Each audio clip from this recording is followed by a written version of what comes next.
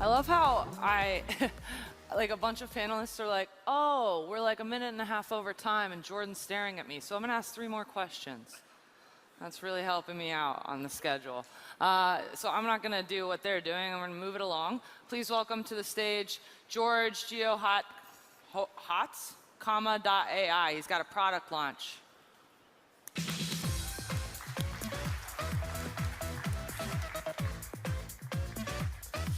Hello, TechCrunch. Hello, TechCrunch. So they give me 7 minutes to stand up here myself because I'm going to say some things that maybe they don't endorse. But hi, my name is George Hotz. I am the CEO of .ai, and let me tell you about 1 year ago. 1 year ago, I don't belong in Silicon Valley. I don't. But I watched a television show, and it made starting a startup look fun, so here I am today, and of course, we have a self-driving car. It's true, and notice how the word true is bold. True and real are important themes of this talk. So how do we build a self-driving car? Think about it, right?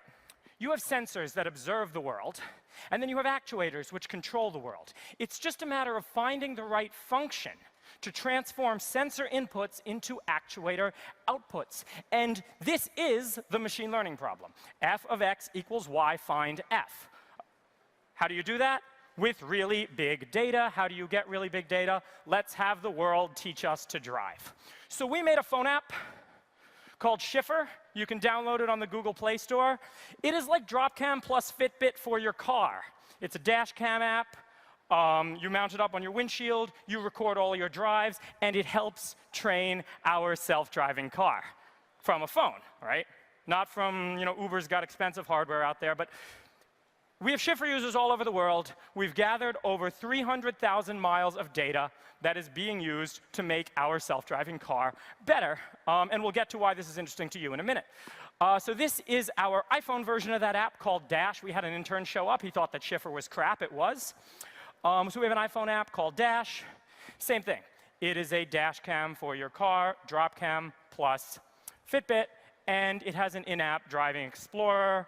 My girlfriend 2 nights ago, when I showed this to her, was like, that looks like a real app. And it is. And you can download it in the App Store. But none of that's what we're here to talk about today. Let's get back to self-driving cars. So there's a bunch of players in this space. You have Google, who's probably never going to ship, but they have great technology. You have Otto, who was hungry, and then they got millions of dollars from Uber. And then you have Tesla. And despite my public disagreement with Elon Musk, I have so much respect for that company because they actually shipped a self-driving car. The most advanced self-driving car you can buy today is the Tesla Model S with autopilot. Now, I feel that there's not nearly enough trash talking in Silicon Valley. So we're going to talk a little bit about the jokers. There's this company called Mobileye, and their business model is to work with regulators to lower the safety ratings of cars that do not have a Mobileye chip in them. They recently discontinued their agreement to work with Tesla. Yes, autopilot was not developed in-house. They used this third-party chip called Mobileye because Tesla was too innovative and it scared them. After the accident, Mobileye got scared. They want no part of innovation. Then Silicon Valley, you think, might have a solution to this. This is a company, Drive.ai, good machine learning pedigree from Stanford. It recently came out that what they're doing is giving emotional intelligence to cars by building signs that go on top of your car, not a self-driving car at all. And then you have Zoox, who promises you this and delivers, well, the Zoox jalopy, which is this. So, the jokers, right? But there's one company that I really want to call out today. They promised to build a self-driving car kit. Granted, it was going to be $10,000 and only work on the Audi A4, but they never shipped. They got bought by GM. And in the music industry, we have a word for people like them: sellouts. I don't care if it's $1 billion, they're sellouts. But at .ai, the difference is shippability. So that's why we're announcing our self-driving car kit, the One. And I'll show it for you here today. This is all you need to drive a car. Yeah, clap. Thank you. Thank you. So this is the kit. This is the whole kit. Like I said, can we go back to the slide deck? Maybe. OK. So yeah, this is all you need in order to drive a car. You remove your rear view mirror, and you replace it with this. What it is not, a self-driving car that you can text and take naps in and veg out. This isn't real. What it is, it's Mountain View to San Francisco without touching anything. You get on the highway in Mountain View, press the button, and it will drive you all the way to San Francisco without touching the gas, the brake, or the steering wheel. And it's user installable. So by the end of the year, you'll be able to buy one of these. And you'll be able to buy it for under $1,000, $999 plus $24 per month. Now, this is going to be very limited release. If you are in the Bay Area and you have an Honda or an Acura with lane keeping assist system, particularly Acura ILX, we're interested. Having you be a part of our beta program. But otherwise, these are going to be harder to come by than a pair of Kanye West sneakers. So my question for you is, how many comma points do you have? If you paid attention earlier, download our app, go to comma.ai, earn comma points, and remember, comma AI is real. Thank you.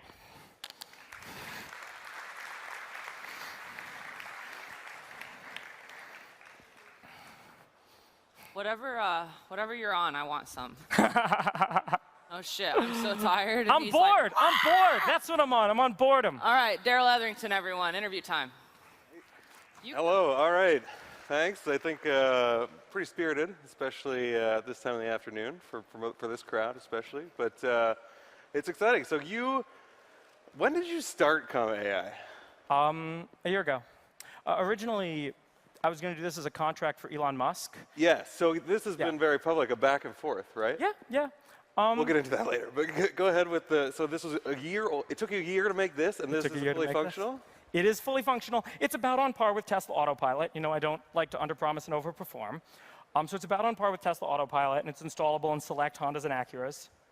But yeah, it took a year. What is the sensor package in that? Because Tesla has a lot more sensors going on to do. Actually, no. So this is, the cars that it supports have a built-in front radar as well. And this has a front-facing camera. You can see it right here. Okay. So yeah, we have front camera and front radar, which is the same as Tesla's using for Autopilot. Great. So back to Tesla, actually. So one of the things that came up, I guess, when you revealed what you were working on with the Bloomberg article originally, right? Yeah. Was that you had gone to Tesla and you had sort of pitched this and said, what you're using for Mobileye is bad. Yep. I will build you something better. Can you go into a bit more detail about what went on there and what the conversations between you and Musk? Yeah, sure. Well, they were using Mobileye's chip, and Mobileye makes this very low-power chip that has a lot of hand-coded rules about driving, and it really isn't very good because it's not designed to be a self-driving car at all, like I said. Mobileye wants to work with regulators to lower the safety rating, to put their safety features in, right? But it's not a self-driving car. Right. So I said that I could build something way, way better. I went to Elon Musk and I told him this, and he's like, okay, we'll work out a contract, right? Yeah. Spent 3 months going back and forth, $10,000 on lawyers, and then Elon Musk calls me up on my birthday and changes the deal. Ooh, okay. He changes the yeah. And I guess the terms were not favorable. No. He basically, in order for something to be a contract, it has to have rigid completion criteria. Otherwise, they can always demand more. At the last minute, Elon wanted to add a clause that said he could veto the purchase of my technology, even if it met all the requirements. Right. So that's no longer a contract, that's an option to buy. I would have been an absolute idiot to say yes, so here we are. I started a company, and we're Comma AI. I hold no ill will toward Elon Musk, and I regret any trouble that I caused him with his relationship with Mobileye, who, like I said, is a failing company that everybody... So do you think you were responsible for that move? Because you seem very confident that Mobileye is the partner that left in that case. I wasn't at first, but then I heard some things. Share those things that you heard. Oh, no. I'm just saying, you know, if you're looking to Mobileye to build the self-driving future, don't. Okay. Well, and Tesla actually is not any longer, right? Like And Autopilot 8 is a great example of that too, because they did all of that software is in-house now, right? Yeah, well, Autopilot 8 is using the radar. Some of that stuff that's in Autopilot 8 is actually already in our system. The fleet learning component will go live when we actually ship these by the end of the year. And the fleet learning will use just those, or will also use the apps you're talking about? It will also use the apps we're talking about. Okay. So obviously with the apps, we can't build the radar map that they're talking about, but these will all have access to a radar. The apps that data is already being used to help construct our map and to help train our neural networks. Okay. And so let's talk about safety, because I think that's a huge issue, right? Agree. How confident are you when you say on the slide, I think you had Mountain View to San Francisco, no driver engagement at all, right? They still have to be there present, obviously. Of course, yeah, absolutely, absolutely. This is not, this is really like a fancy cruise control, right? It's just like autopilot. Pay attention, and like I really mean it with these systems. Yeah. It's important to pay attention, but that being said, you don't have to touch anything, right? Just make sure the car is doing something reasonable. Watch it like you would a student driver, right? Yep. So you're confident then that you can say that it's going to. Are you guaranteeing that, or are you saying for most? For most, and I certainly can't guarantee it. There's edge cases where the system has trouble. People doing weird things on the road, people cutting in. You have to pay attention, and you have to be ready to take over at every moment. What I am saying is that this system has already done it. We've engaged it by the in and out, and it's taken me all the way back to my exit with me touching nothing. So how did you do that? I know you have the apps, and I know you have other ways, and you've been doing test driving. Yeah. But like your fleet size compared to say all the Ubers on the road, or however much Google has in their fleet, like it must be smaller, right? So the data set? We have, I think, 730 cars on the road, people actively driving our app. Okay. I think that's our weekly active number. Yeah. But still, it's not as much as every Uber on the road, right? No, but every Uber on the road. So the key sensor that we are getting back that nobody else is the camera. We're actually getting the videos back from all of these cars. Even Tesla's not doing that, right? So when we ship this, our fleet learning will be much, much fancier than Tesla's because we have all the video data. Yeah. Tesla just has the Mobileye feature vector and the radar. Okay. But when you use that, and because you're talking about using specific camera data, is it then a thing that rolls out slowly to new geographies? Like you need a fleet in that area for it to work? No, so our car is, Tesla's car can really drive anywhere too, right? So most of the driving is done by the algorithm right on this device. Yeah. And it's deep learning, right? It's deep learning. It uses the camera to try to predict what a human would do in this situation. Right. And if it predicts something reasonable, it has an internal test of reasonability. If it predicts something reasonable, it takes that path. Okay. So just before we leave Tesla entirely, a couple of things that must get said about, they speak to safety, right? So, in an interview with Fortune, he said, but it's not like Geohot, a one guy in 3 months problem, like to solve this. It's not that type of a problem. So, and it's been a year, it's not been 3 months, but you're saying it's kind of solved, right? If you read the rest of that quote, Elon Musk goes on to talk about how our car only has 2,000 lines of code. Right. It has 2,000 lines of code, but it also has a 5 megabyte model that was learned using machine learning. And you can effectively think of the model as code. So it has this thing that was generated with deep learning, which is encoding all of those edge cases in it. Okay. The reason we can do it so quickly is because we have big data. The reason we can do it with so few lines of code is because we have such advanced machine learning. All right, so you think it is a Geohot problem? Hey, you know what? Buy it and see. It's cheap. So, and also just to maybe some of the younger folks in the audience might not know, but you were the first person to hack the iPhone, right? I did the first unlock of the iPhone, yeah. Unlock, yes, which was actually great for me and my fellow country folks because we didn't get the original one in Canada, so I think you were the only way to do it. But and then also the PlayStation 3, right? So the other quote that he had in that piece that I thought was great was, George is an amazing hacker, but you don't make production software by hacking. A hack does not work, a hack crashes. Well, I've been learning this the hard way recently. For the last 3 months, what we've been focusing on, no new features, ironing out bugs and productionizing.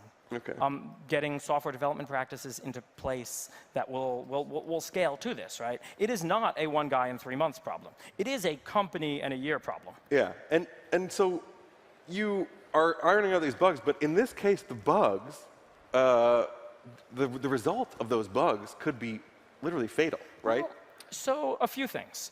First off, our car has very strict torque limits on how much it can turn the steering wheel and on how hard it can hit the brakes. And that's defined by the technology within the vehicles? That's defined, yeah. So we're actually using the steering limit is enforced by the ASL-D steering controller that's in the vehicle.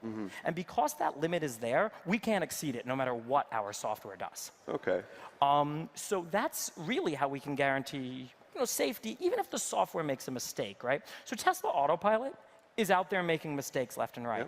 But if you're paying attention, it's not like it decides to slam you into a wall, right? The mistake is more like, oh, okay, all right, there's a car cutting in here. Let me just leisurely hit the brakes. Yeah. And you correct for it, right? So it really is like a very early on student driver. But as Tesla has shown with the statistics, if people are using these systems properly, it's no less safe. Well, there's the key point, right? If they're using them properly. And I think that what their the accident that they had, the fatal accident, what that shows more than anything is that possibly the biggest risk is driver complacency, right? But here's the thing, right? Like, 40,000 people die a year from not paying attention on roads, right? Like, it isn't like this is a special case, the self-driving car killed him. It was a driver not paying attention. Sure, that's true. Right? And that's the classic, that's happening left and right on the roads today. But I think also there's I just feel like there's a culpability shift when you start talking about systems that have autonomy involved, right? How do you... How about cruise control, right? Cruise control has some level of autonomy, right? I don't believe that self-driving car is this black and white thing. It's all on a spectrum of these driver assistance systems that get increasingly more and more advanced, right? It's not like one day you don't have self-driving cars and one day you do. This might be what the Ford marketing department thinks, but that's not how it's going to work in practice. Yeah. So, but have you thought about that? It's probably going to happen, right? Your system, unfortunately, will probably be involved in an accident. Have you thought about the flip side of that? Have you thought about the person who was texting and would have been texting without the system and would have rear-ended someone at 60 miles? No, definitely. Right? I just mean, do you guys have have you thought about that? Have you thought about, what your response would be to that kind of situation? It did unfortunately happen with Tesla, and Tesla's response, I think, was very appropriate, right? Again, it's very easy to measure this guy died, and it's very easy for us to picture that. But think about all the lives Autopilot saved, right? And I feel like I'm on stage defending Elon Musk's product here. Right. But we're kind of in the same bucket as them. Yes. Right? If they're the iOS of self-driving cars, we want to be the Android. Right? Okay, that's a good comparison. I want to be there when the Ford CEO has a choice of becoming Nokia or Samsung.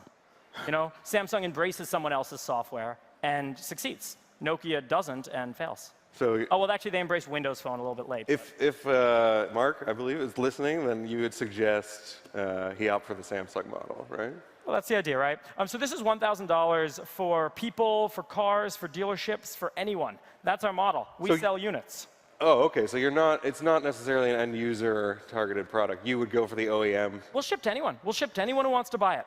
All right. And actually, you revealed this news. This is coming soon. You can't give us more specifics about when or how? No. I can give some specifics. So we are going to try our best to ship this by the end of the year. Like I said, very limited quantities. If you have an Acura ILX or a Honda or Acura with lane keeping assist, and you live in the Bay Area and you'd like to be a part of our beta program, email George@AI, and we'll see what we can do. What we're going to do over maybe starting next month is we're going to start letting the press drive our test car that has one of these systems in it. Okay. Well, sign us up. Assuming we get a few more things ironed out and get the really we're working now on the UX, we're working on the handoff, we're working on polishing it. Okay, so that's the window then. A couple months for that, and then something beyond for actual shipping, right? Yeah. And what about beyond that? What's next for you guys? What's your next big challenge? Well, I don't believe that self-driving cars are black and white. I think this will be a gradient. I think this system will get better and better. Maybe next year we say 90% of people's commutes 90% of the time. Really? Yeah. Can I hold you to that? No. But you can hold us to definitely shipping this product, getting it out there, getting it in people's cars, and I really hope, and our team really hopes, we have a team of incredible engineers, shipping this by the end of the year. All right, I'll hold you to that then. Cool. Thanks for joining us, George. Thank you.